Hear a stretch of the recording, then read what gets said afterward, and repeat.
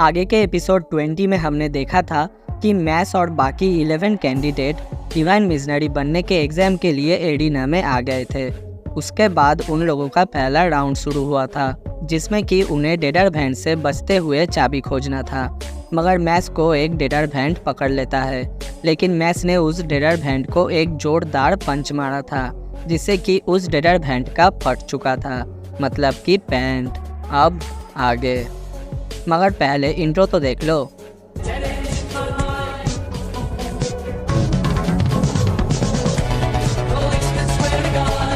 Story के starting में हमें दिखता है डेडर भैंट फिर से खड़ा हो चुका था और मैस के सामने खड़ा था। अब मैस थोड़ा सोचता है कि ये कैसे हुआ।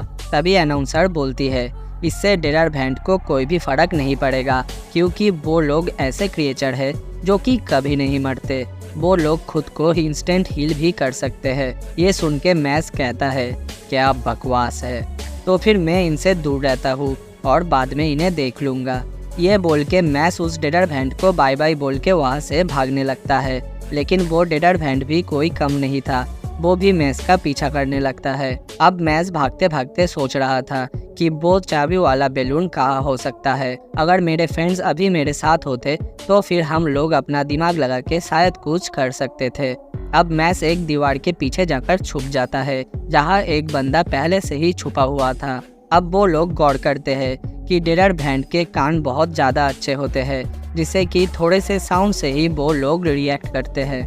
अब वो बंदा और मैस कोई भी हलचल नहीं करते और वो डेडर भैंट वहाँ से चला जाता है। तभी वो बंदा मैस से कहता है, डेडर भैंट्स को कुछ भी दिखाई नहीं देता, मगर वो लोग बहुत अच्छे से सुन सकते हैं, तो हम उनसे बच सकते हैं अगर हम लोग चुपचाप से रहे तो।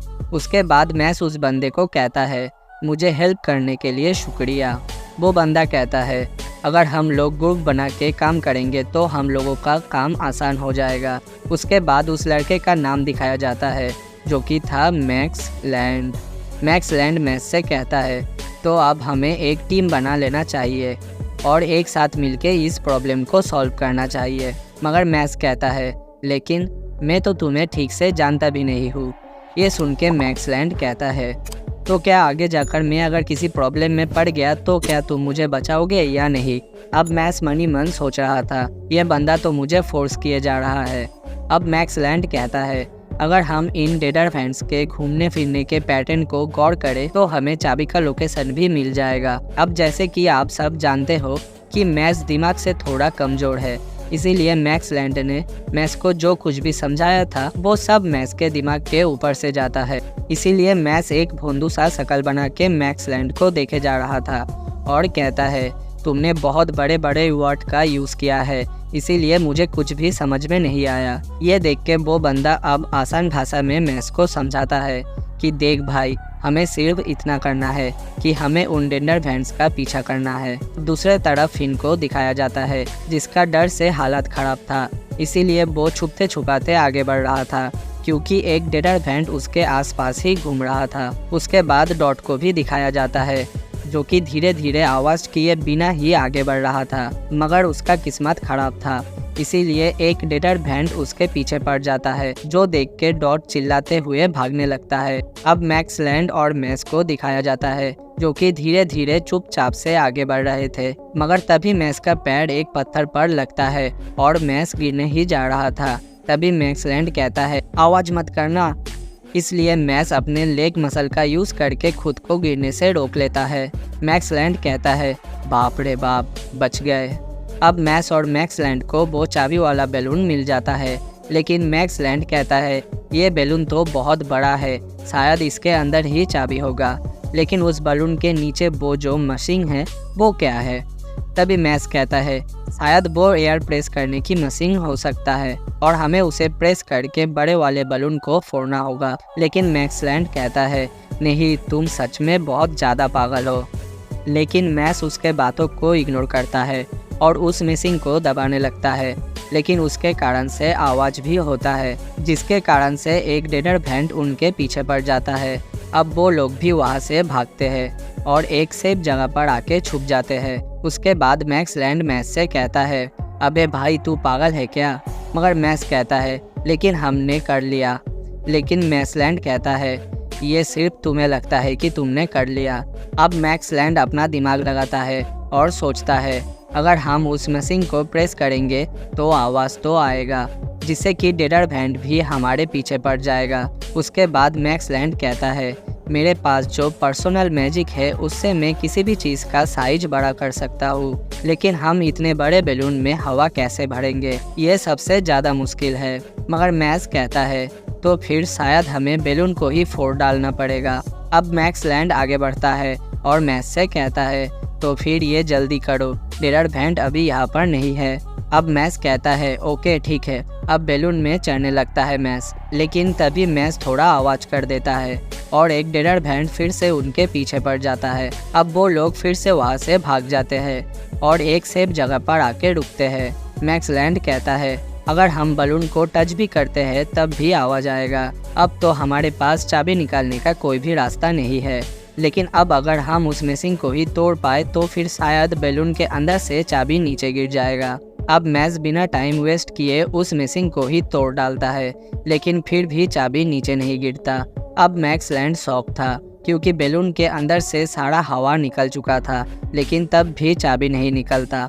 अब वो सोचता है शायद से जो लोग एग्ज़ाम ले रहे हैं उन लोगों ने अपने मैजिक का यूज़ किया होगा ताकि चाबी बैलून के अंदर ही रहे, तो फिर हमें अपने मैजिक का यूज़ करना पड़ेगा उस चाबी को बाहर निकालने के लिए। इसीलिए अब मैक्सलैंड मैक्स को पूछता है तो फिर बताओ भाई तुम्हारे पास कौन सा मैजिक है बैलून से चाबी बाहर निकालने के लिए। अब मैक्स भोंदू सा शकल बना के मैक्स को देखे जा रहा था और सोच रहा था आखिर मैं इसे क्या जवाब दूँ, मेरे पास तो मैजिक के नाम पर सिर्फ घंटा है। अब डेडरभैंड फिर से घूमते घूमते मैक्स और मैक्सलैंड के सामने आ जाता है, इसीलिए मैक्स और मैक्सलैंड छुप जाते हैं। ये सब कांड ऑडियंस में बैठे स्टूडेंट्स देख रहे थे और बातें कर रहे थे कि इन्होंने अपने मैजिक का यूज़ करके इस बैलून को ही बड़ा कर दिया। ये तो सच में पागल है, क्योंकि वो बैलून मैजिक से बना है, इसीलिए वो जितना बड़ा होगा उसे फोड़ पाना भी उतना ज़्यादा मुश्किल होगा। ये सभी वो लोग कहे जा रहे थे, लेकिन अचानक से ही वो लोग शॉक हो जाते हैं और कहते हैं ये क्या है। तभी हम देखते हैं मैक्स माइकल जैक्सन की तरह डांस करने लगता है और उसका डांस स्टेप तो बहुत हार्ड था, इसीलिए सारे ऑडियंस सोचते हैं इस टाइम पर ये ऐसे ब्रेक डांस क्यों कर रहा है। अब मैक्स को देखते हैं जो कि ब्रेक डांस का एक स्टेप करता है, अपने माथा को नीचे करके अपने बॉडी को ऊपर करके जोर जोर से घूमने लगता है। अब उसका स्पीड इतना ज़्यादा होता है कि उससे एक टाइफून क्रिएट हो जाता है। इसे देखकर सारे ऑडियंस कह रहे थे नहीं ये नहीं हो सकता, ये तो असंभव है। अब मैक्स का स्पीड और भी ज़्यादा बढ़ने लगता है, जिससे कि वो टाइफून भी बड़ा हो रहा था।